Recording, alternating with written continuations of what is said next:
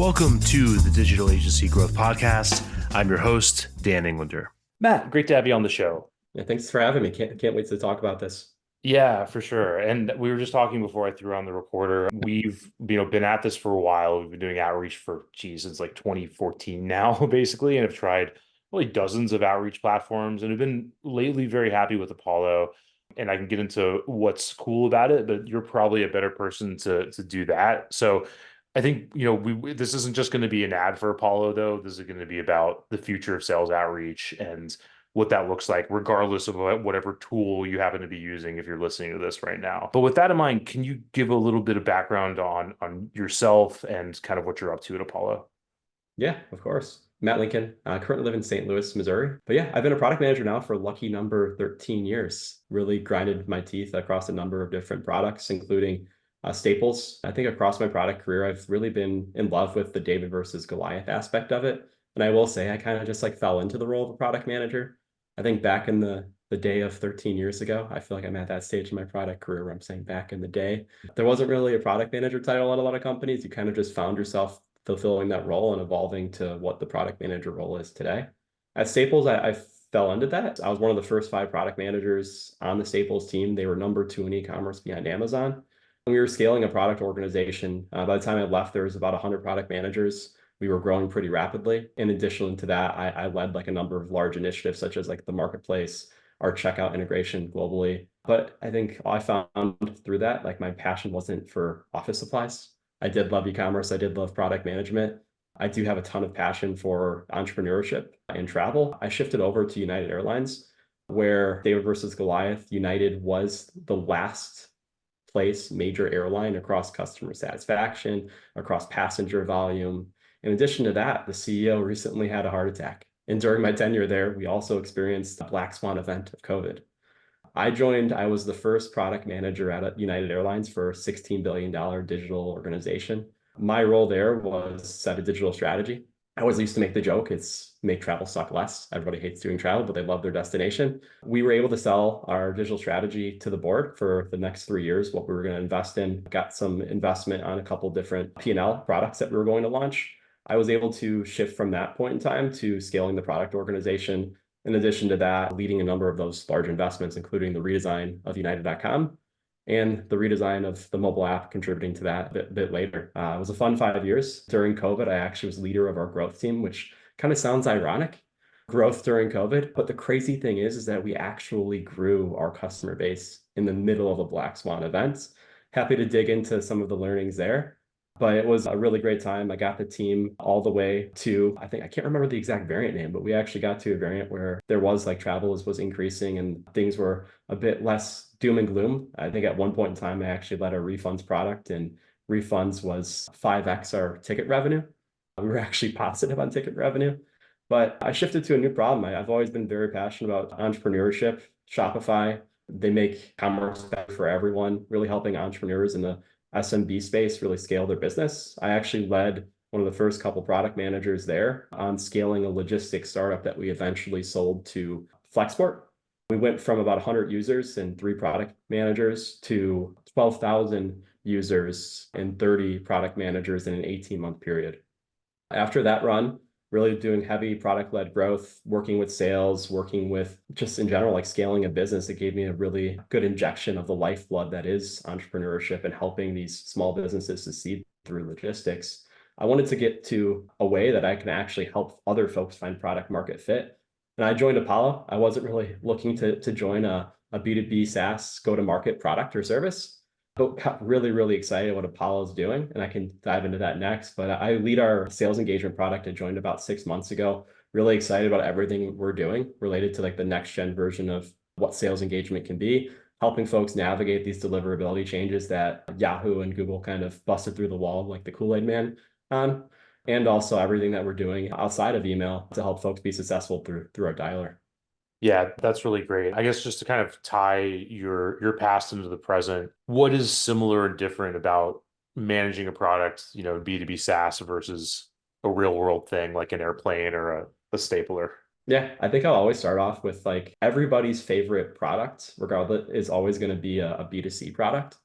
And when you think about some of the product principles that we keep in mind when we're building is we want to make the comment as easy as possible and make everything else possible. With an airline, there's a ton of complexities. I think we had about 80 systems that need to run as smoothly as possible to get an airplane off the ground. I think when we're launching B2B SaaS products, just as complex, there's a ton of different workflows that go into every single decision our users make. We want to make that as common and as easy as possible, but we want to make sure that when stuff goes wrong, especially like when you're traveling like an airline, and when stuff goes wrong with B2B SaaS, your email's delayed, your flight's delayed, that we are accounting for all those negative scenarios and that users really have, I'll call it like an escape hatch, where when the comment's not the path, we want to make everything else possible. So even when that email delay occurs or your deliverability has declined, unfortunately, or any other negative path, that we're making it easy for everyone. Yeah, that makes sense. And to kind of bring things to Apollo, we're on lots of conversations with agencies that are trying to figure out sales outreach for the first time. And I think that there's just a lot of overwhelm that happens with all the tools that are out there. People will do things like sign up for long-term contracts for things that may help them in a marginal or negative way, or they'll just get really confused about what to do.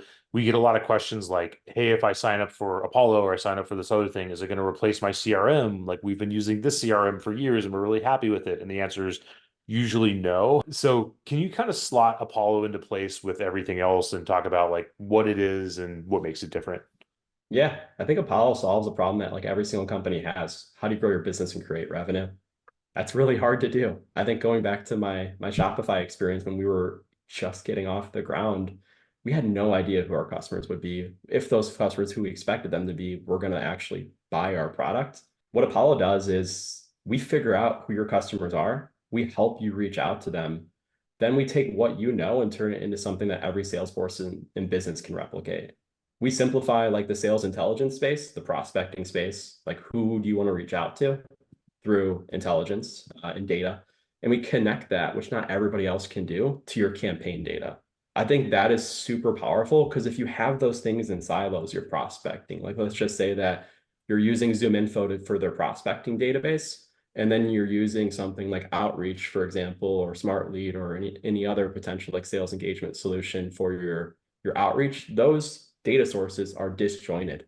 Your workflows are not unified. You're having to use multiple windows. It kind of reminds me of my time in the airlines when our contact center reps had like 10 windows to do a simple task.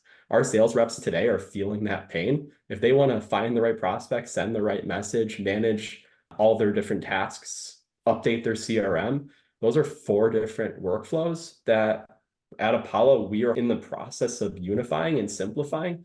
On top of that, doing it in a way that is at a value for our customers. You won't see the price tag that you see with ZoomInfo, as you see with Apollo and some of these other solutions. I've made the joke internally that we are going to be the Costco of go-to-market B2B SaaS. You get a wholesale product, whether that be conversation intelligence, sales engagement, sales intelligence, everything all in one. And guess what? You get that at a bulk discount similar to Costco. I think we're really excited about what we're building. And I think what's going to differentiate ourselves is our focus on small to medium businesses, our focus on providing our customers value. And most importantly, the number one measure that like we're trying to strive towards isn't something internally. It's not about us making money at Apollo. We want our folks to have meetings booked. That is everything we do. Everything that boils down to what we invest in product is going to be how do we get folks to actually get meetings booked and deals closed. Yeah, that's really great. And let's talk about that a little bit because we've been doing outreach for a while and it is definitely harder to get meetings booked and we have to be craftier and that's not craftier, we have to be more creative to make that happen. Yeah. I think that we've written a lot about this. I think others are writing about it where there seems to be like a trust drought, right? Where there's the thing that we always say that we always observe our clients are up against is not lack of differentiation. It's really lack of trust, especially like agencies, consultative services, non-software products where, the value is a little bit more ephemeral. That's the real thing we're up against. So it's completely changed how we do outreach. It's completely changed the mass kind of brute force cold outreach approaches. But I'd love to hear your perspective on that and like bring this to a question. Assuming you agree that it's getting harder to book meetings, like why do you think that is, and how do you see your better customers kind of dealing with that? Yeah, I think there's two trends that I kind of want to call out here, and I'll kind of talk through like how that evolves and like what we're doing about it. But the two major trends is that when you look at the number of emails being sent over the last 10 years, the amount of emails that each individual rep is sending has increased 150%. It's huge. It's everybody is doing the predictable revenue framework and sending more volume. Email to this date has essentially been free. There is no cap. You can send as much as you can, but to your point, folks are getting saturated. The average rate of reply, and this is speaking not of Apollo, I think we're doing some good things to counteract this. But when you look at the industry as a whole, the average reply rate has decreased year over year over year over the last 10 years, 10%.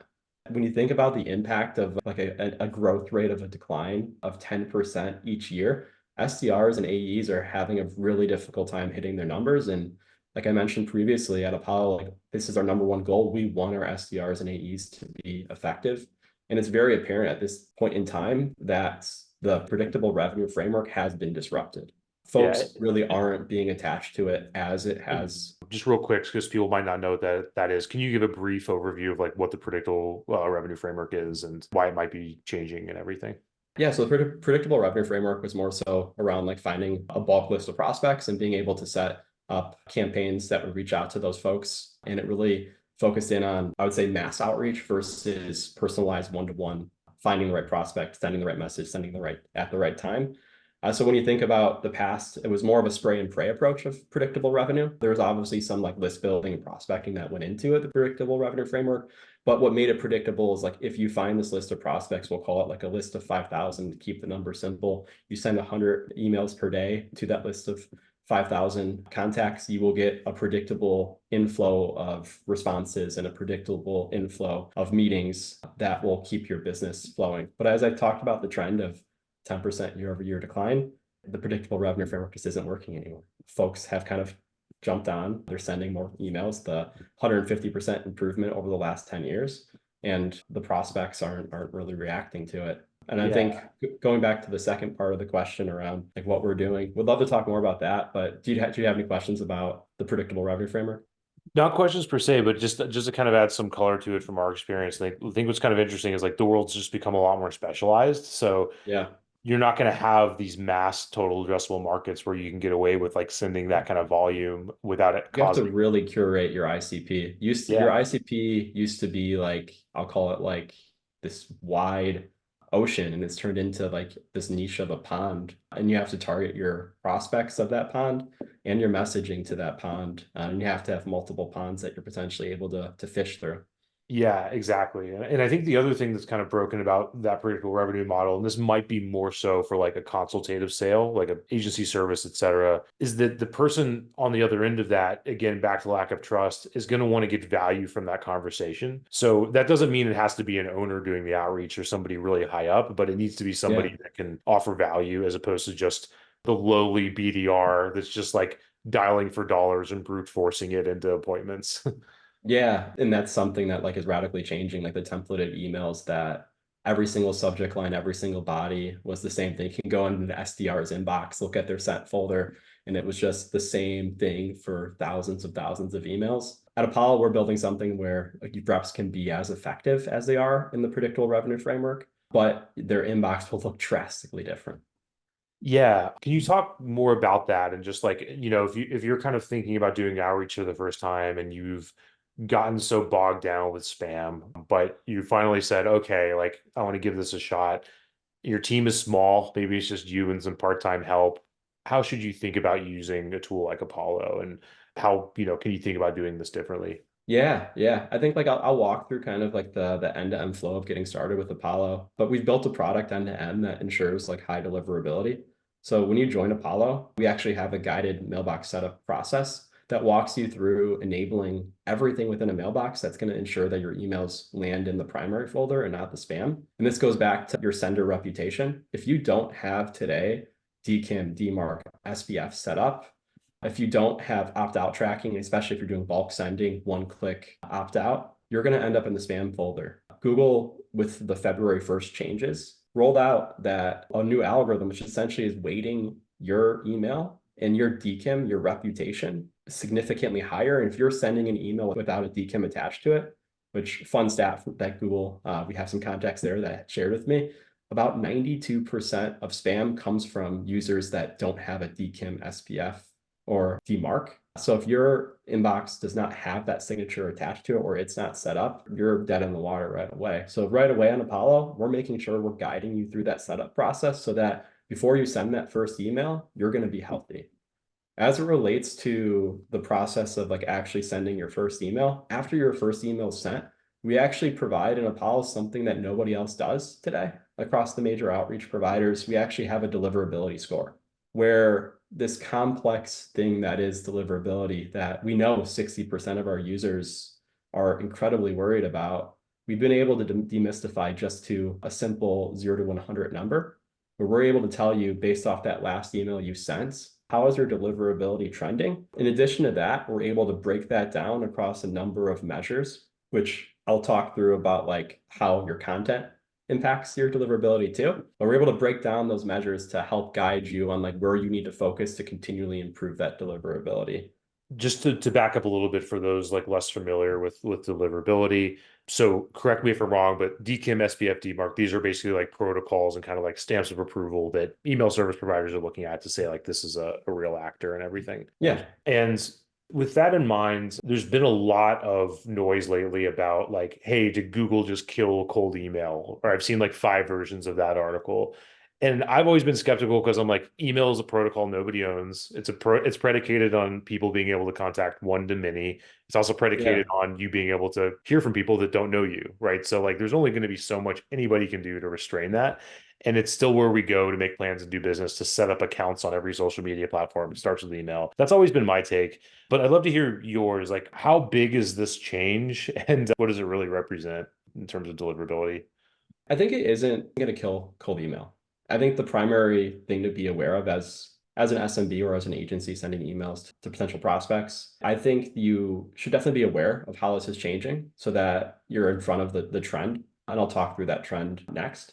But it isn't going to disrupt your business. And the reason being is that this change largely only affects you if you are sending 5,000 emails a day to folks that have, and I'll use the example of Google, an @gmail.com email address. It's not affecting businesses. So if you're sending an email to me at apollo.io, that doesn't count towards the 5,000 email rule. So everything that went into effect February 1st, where you will instantly be part of the spam folder, if you don't have a DKIM DMARC, if you don't have one-click, etc., that won't affect you unless you're sending 5,000 plus emails to folks' primary personal accounts. This is not affecting you as a B2B outreach provider that's going to send to a B2B prospect. So it won't disrupt your business. But I will say the trends that Google is taking is something to be aware of. And like as a business owner, as somebody that's doing outreach to folks, you need to be aware that this is one step that Google's taking of many. While they're affecting businesses today, I'll use the metaphor of like a big balloon. They didn't pop the balloon with this change, but they let out the air a little bit. And I think the air will continue to go out a little bit over time. But I think as users or folks that are, especially like Apollo users here, we really got you covered. And if you're sending good content, good email, your inboxes are set up, you're following best practices, which we guide you through, you shouldn't really feel like this is disrupting your business. You should actually notice probably like zero impact as a result of the February 1st changes. Yeah, and I'd love to get your thoughts on this or riff on this idea a little bit, but it often has seemed like outreach has been kind of like the redheaded stepchild of sales and marketing, right? You'd have like these mature markets like SEO and you'd have SEM Yeah. and ads and all these things. And like everybody knows that there's a lot of thinking and skill set that has to go into doing this. And then for years, outreach was always just like, well, I'm just going to go and buy this piece of software and throw a list and do it and see what happens. Because frankly, like that kind of used to work. It feels a little bit like outreach is becoming more like SEO, where it's like, oh, you actually have to create good content. You can't just keyword stuff for years and expect your page to rank. It feels like you have to send people a message that they're either happy to receive or at least not upset about, in order to continue landing in the inbox. We'd love to hear your thoughts on that, though. Yeah, I think like we want to make at Apollo outbound feel like a warm inbound, to be fully transparent. And I think there's a lot of ways to do it. Folks have talked about like signal-based messaging, where like somebody visits your website, that they've recently raised funding. We want to make that as easy and as transparent for users to see as when they're sending an email, and even leverage potentially AI to assist them as a co-pilot that, hey, did you know that Matt recently joined Apollo? He changed from Shopify.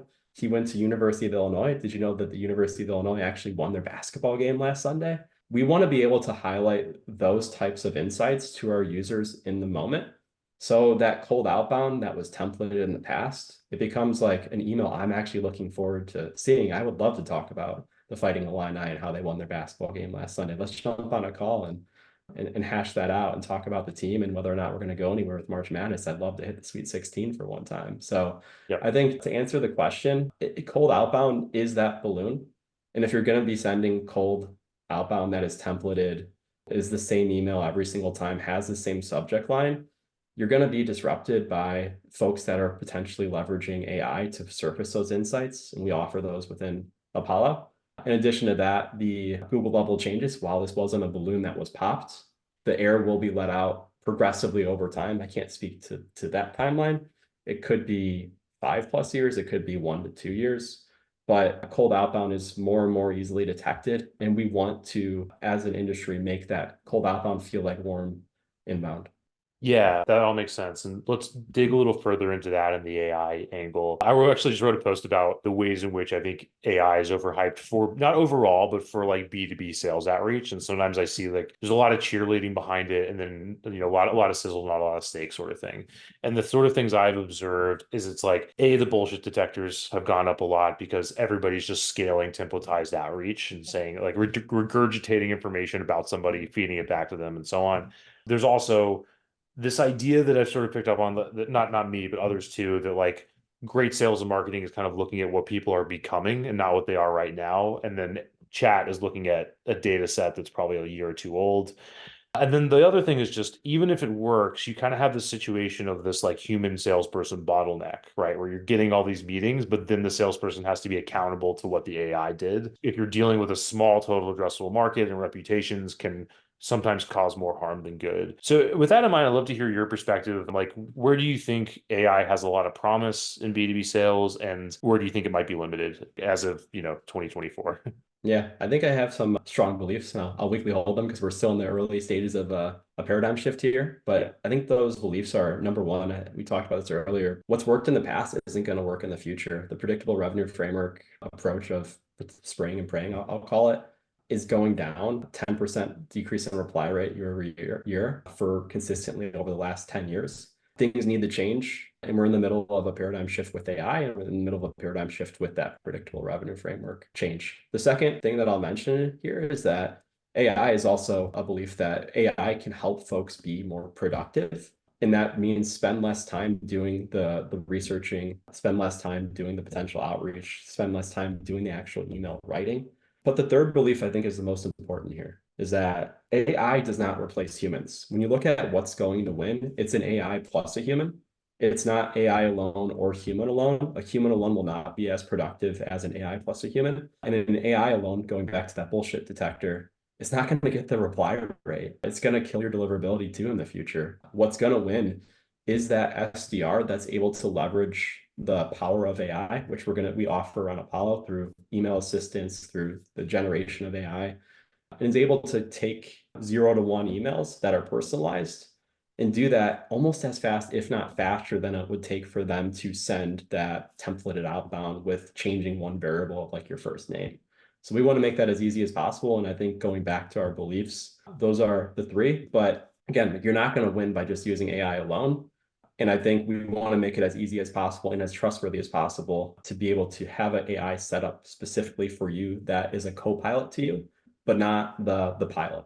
Yeah, that makes a lot of sense, and it seems like a healthier way to use it. I mean, I think one thing that we found to be for it to be useful for is just like avoiding the blank page, and like having Yeah. a lot to go Yeah. on The there. first step's always the hardest step, to be honest with you.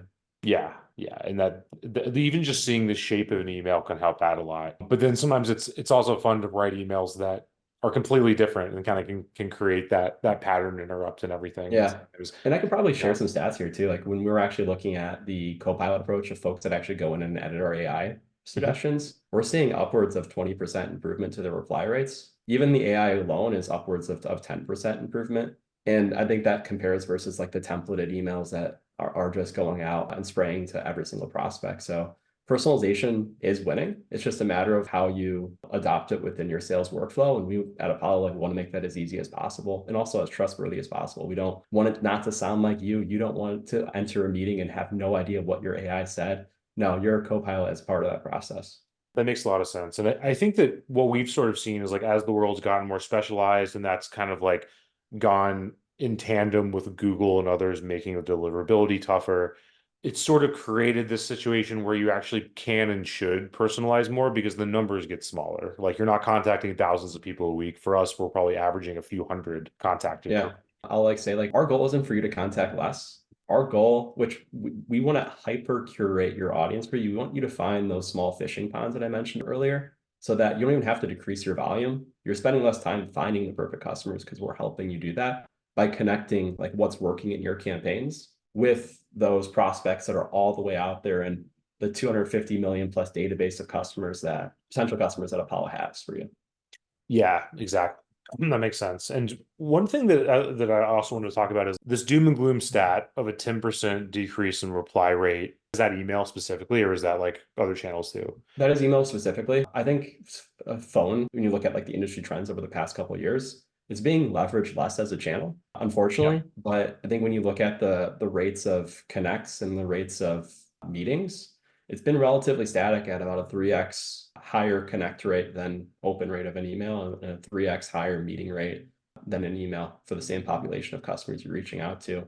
Yep. And ideally, like as a customer, you're leveraging multi-touch. Doing one email or phone isn't as productive as doing both as a whole. And we want to make combining those workflows because like as a sales rep, like you don't want to send an email, then jump on a call, then send an email, then jump on a call. You want to get a block where you're in deep focus. And like that's what we're building towards is like where you can really get into that state of flow on curating your email, then get into a state of flow of doing your calls and doing both of those in the most productive way possible. Yeah, that agrees with what we usually train clients on, which is having that division of duties, even if it's one person wearing multiple hats, but being able to Yeah. divide your time between like the strategy, the list building, and then actually like the research and everything. What I'd love to dig into is that 10% decrease. I think a lot of people might hear that and they're like, does that mean email is this like withering, dying desert that we should stay away from?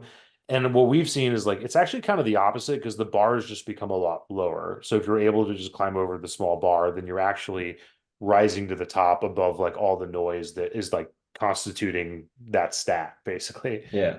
Yeah, and just in general, I fully agree. Like emailing should be at the core of your outreach strategy. I think if you're not using email and you're shifting to all these other channels, so you're not gonna rise to the top, or you're likely not gonna be as productive as some of these other organizations that are fighting for your same market share. Yeah. I think the key thing here is just shifting away from what all the other folks are doing, which when you look at all the other providers that you're competing against, a lot of those folks aren't doing personalization. A lot of those folks aren't curating or researching their prospects. If you put just a little bit into your emails, it pays off huge. Now to even Yeah. mention here, like making, like running experiments, testing your subject line, testing your body, those things, small investments of time that continuously improve will definitely differentiate from you and make you better and avoid that 10% decline. I think the 10% decline is really just the folks that are just spraying and praying and then shifting and moving. Exactly. And that 10% decline, do you think that there's something special about email that's lending itself to that? Or do you think that's kind of part of a bigger trend across all the digital space? I think it's part of the bigger trend, and that goes back to the 150% increase over the last 10 years in email volume. I think folks' inbox are just getting inundated. And like that's why you want to make your email feel more like a warm inbound versus a cold outbound. Yeah, that makes a lot of sense. And I think that if for us and our clients, like a lot of it is not some slick tactic. It's not even necessarily AI. I think a lot of it is just getting really focused about the people you're reaching out to, right? If you serve fintech, making sure you're not reaching out to people at banks too, because that's going to screw up your deliverability and all these other things.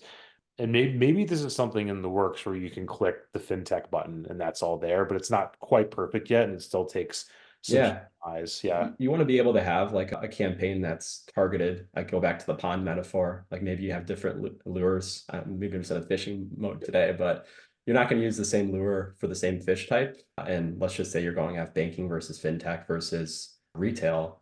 you're probably going to use a different lure or different messaging. And you're also going to make sure that those specific prospects within those actually fit your ICP. So I think going back to like what the ideal like outbound person should do, and also like what you can do through Apollo, is just making sure that you're hyper focused on those personas. We can help develop those personas for you, and that you're able to curate the right people list from that, and then send the right message to those right people in that specific, or going back to the fishing metaphor, getting the right lure and then putting your line out there. Yeah, that makes a lot of sense. I think kind of getting towards like the data side of this, which is a huge part of Apollo, like having the data and the sending in one place. It seems like every time I log into Apollo, there's like a new feature, there's a new way to find prospects and to find people.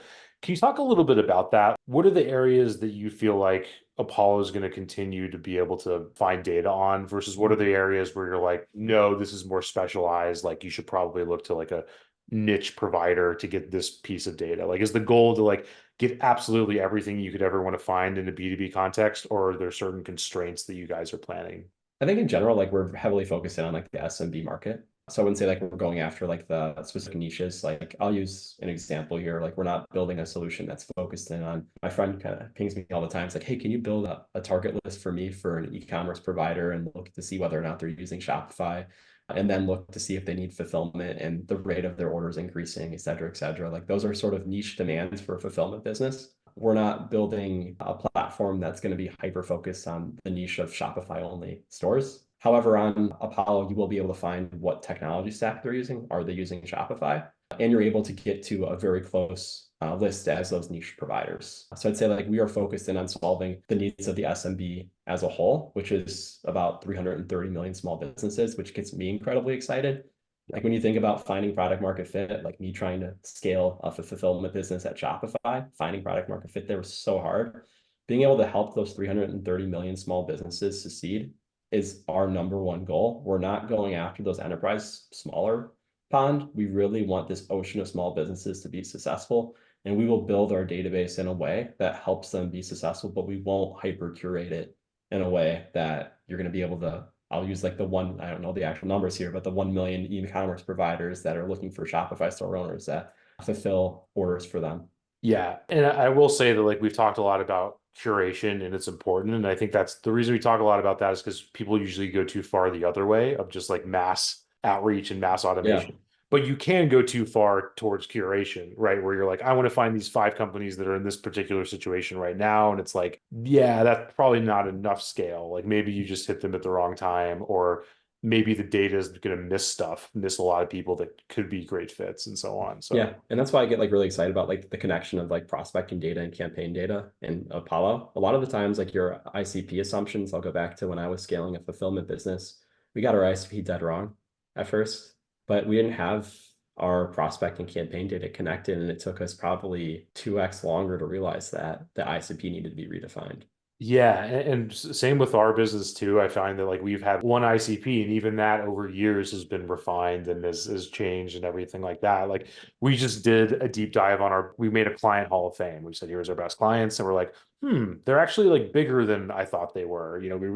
And this is like Yeah. in the context of going after boutique agencies. Like it's like a fractal. Like you just zoom in on it, and it gets more complex or more expansive. So think that's a really good point. I think kind of getting towards the end of our time, what do you that you can talk about? What are you working on now at Apollo? Like, what are you excited about? What's kind of in store for the next 3, 6, 12 months? I think what really gets me excited is helping folks get through these deliverability changes. I mentioned a bit earlier about the deliverability score, guided inbox setup. Those are really going to make a huge difference and a huge dent in helping folks navigate these changes. In addition to that, making sure that there's like a safety badge to know right away if your inbox is safe or what needs to happen. Helping folks send the right message to the right prospect. Really excited to kind of change the game there and launch the next gen version of what Apollo could potentially do, which maybe next podcast I can talk about what we did there. But I think what actually gets me really excited too is building a productive outreach channel even beyond email. We're doing a ton of things on email to make sure that your email delivers. We're making it more effective and more productive through leveraging AI to tell you the right prospect at the right time and also adjust your outreach timing based off of signals. We're actually launching a co-pilot very soon that will actually score your emails, let you know what emails aren't actually performing really well, and guide you and give you suggestions like how you can actually improve them, coach you through them. But also, I think going back to the outside of email, doing so many really cool things with Dialer too. So be on the lookout for some of the Dialer changes coming on Apollo that will make you even more effective and more productive across multiple different channels. So I think when I look through the next 6 months, all of these different changes, if I can help our small to medium businesses get about 15 to 20% more meetings booked, I'll say that the last 6 months have been successful. And I think that's the number one thing that gets me excited is getting these folks more meetings. Yeah, that's great, man. And we'll have to do part two where we talk about multi-channel and how you can approach that problem without getting completely overwhelmed, which a lot of people do. So that's really awesome, man. Is there anywhere you want to steer people towards, either Apollo or anything you're doing on your personal side in terms of like writing or whatever? Yeah, we have a blog on Apollo. So if you're interested in joining, you can definitely learn about like how we're building product and how we're actually building some of our solutions. In addition to that, if you'd love to get started with Apollo or have a trial, just reach out to me. I can definitely connect you with the right sales team member. And also, we do offer a free trial. So definitely check it out. Use the platform. Let me know what works and doesn't work. I do this with my friends at the airline all the time, where I'll fly on a plane and give them all the feedback on everything that didn't work and how I used to do it better in my prior life. I would love everybody who's listening to this to jump onto the Apollo platform, try it out, and then let me know like what could be better. I really want to make a product that's going to nail it and help you folks succeed. Awesome. We'll make sure to get that linked up, and we are already big fans. So really appreciate it, and hope to have you back on before long. Thank you so much, Matt. Thank you.